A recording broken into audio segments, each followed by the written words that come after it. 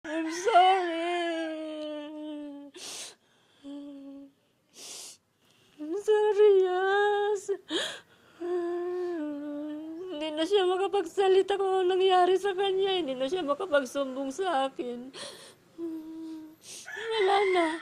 Ang ano ko, sir, ligtas yung anak ko kasi nandun sa paralan. Doon pala magtatapos yung buhay niya. Abot langit ang paghihinagpis ng mga magulang ng 15 anyos na si Joyancy Separa, grade 9 student na nasawi sa nangyaring paumaril sa San Jose National High School. Si Yasi, ang estudyanteng kumuha ng viral video na ito na nagpakita sa sinapit ng kanyang mga kapwa-estudyante sa loob ng kanilang silid-aralan.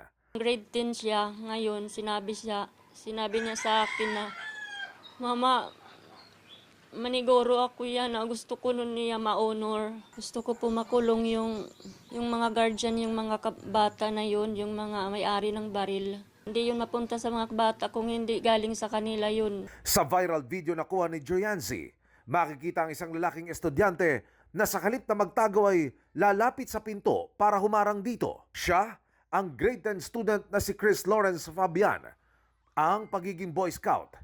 Kanyang naisabuhay hanggang sa huling hininga. Bakit po ba siya nakapagsalba pa ng buhay sa inyong palagay? Kasi po, nakabukas po yung pintuan, naririnig nila yung putukan. Sinarado niya yung pinto, hinihila naman nung gunman yung pinto, hindi niya binitawan. Nagalit yung gunman, binaril yung pintuan, lumusot po sa kamay at sa heart, sa lungs niya. Sabi po nila, hero siya kasi kung hindi daw po niya ginawa yun, marami pang namatay sa mga kaklase niya.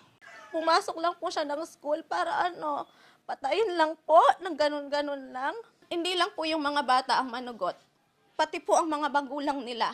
Ang 12 anyos na nakababatang kapatid ni Chris, sugatan din habang tumatakbo palabas ng eskwelahan. Nung simulang umalingaw yung mga putok ng baril, nasa ka anak? Nandun po sa room namin, kami lahat. Malayo ba yung mga bumabaril sa classroom niyo? Malapit lang po. Nasa kabila lang? Opo. Tapos nun, bigla sila pumunta sa Chico. Namaril na sila. Hindi po yun bully.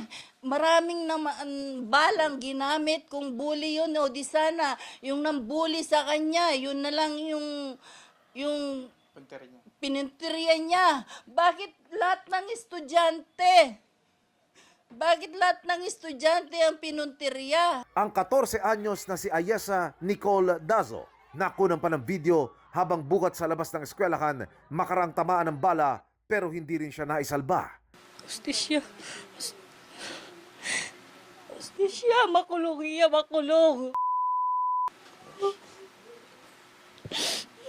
Hindi rin na mababalik at sinabuhit ang anak ko. Ate.